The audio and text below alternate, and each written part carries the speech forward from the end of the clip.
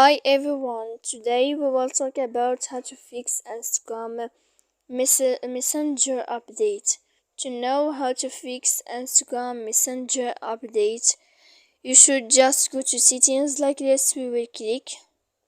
After that, in this page, you will go to apps, default apps, app settings. When you will see this list, you will go down to find the application of Instagram here. And when you will see this page, you will click force stop. When you will end this, you will enter to storage. After that, in this page, you will click clear cache, and then you will go to clear data. And after all that, you can turn off your phone so that you can know how to fix Instagram. Your account has been temporarily how to fix Instagram Messenger update. So please don't forget to support us by like and subscribe. See you next time.